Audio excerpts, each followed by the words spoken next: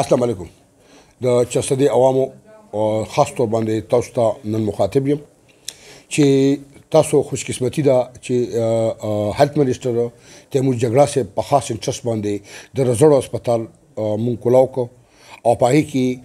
دې هفتې کې نننی ورځ نه مونږه د ګایني او د لیبر روم ټول کار فل سوینګ سره سټارټ واغسته د نن نه پس تاسو ته زما دا خواست دی چې کومه زنانه د حمل نه وي یا د هغې د اولاد څه مسله وي یا د اولاد پیدا کېدو څه مسله وي نو مهرباني وکړئ ډي سی یو هسپتال ته به نه راځئ بلکې تاسو به چې کوم دی د رزړو هسپتال ته ځئ د رزړو هسپتال کې د ښځو جنرال اپریشنې به هم کېږي لکه د جچه بچه نه علاوه چې کومې اپریشنې دي اپنډیسایټس شو هیمراید شو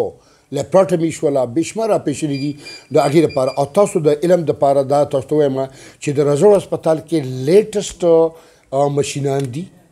هغه مشینان چې کوم په لیډینګ کې دي او په نارت ویسټ کې او آر ایم آی کې دي هغه مشینانو باندې به سرجریز کېږي ډاکټران مونږ هلته کې ټول ډیپیوټ کړلو ټیم امانت هلته کې ډپلای شو شپه ورځ سروسز هلته کې سټارټ شولو نو تاسو ته زما دا خواست دی چې کوم د زنانو کیس دی که هغه اپریشن غواړي او که هغه د زچه بچه کیس نو مهرباني وکړئ هغه تاسو ډایرکټ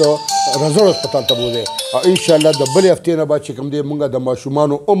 ټول شفټینګ هلته کې سټارټ کړو نو د 1400 کلونه کم چې کم ماشومان دي د هغې به اپریشنې هم هلته کې کېږي او د هغې به میډیکل علاج چې چا تبې وي ټوخي وي نزله وي زکام وي هر قسم نمونیا وي بیماري هغې علاج به هم هلته کېږي نو تاسو ټول ته زما خواست دی چې تاسو مهرباني وکړئ رزړو هسپتال ته ماشومان او زنانه هلته بوځئ مهرباني السلام علیکم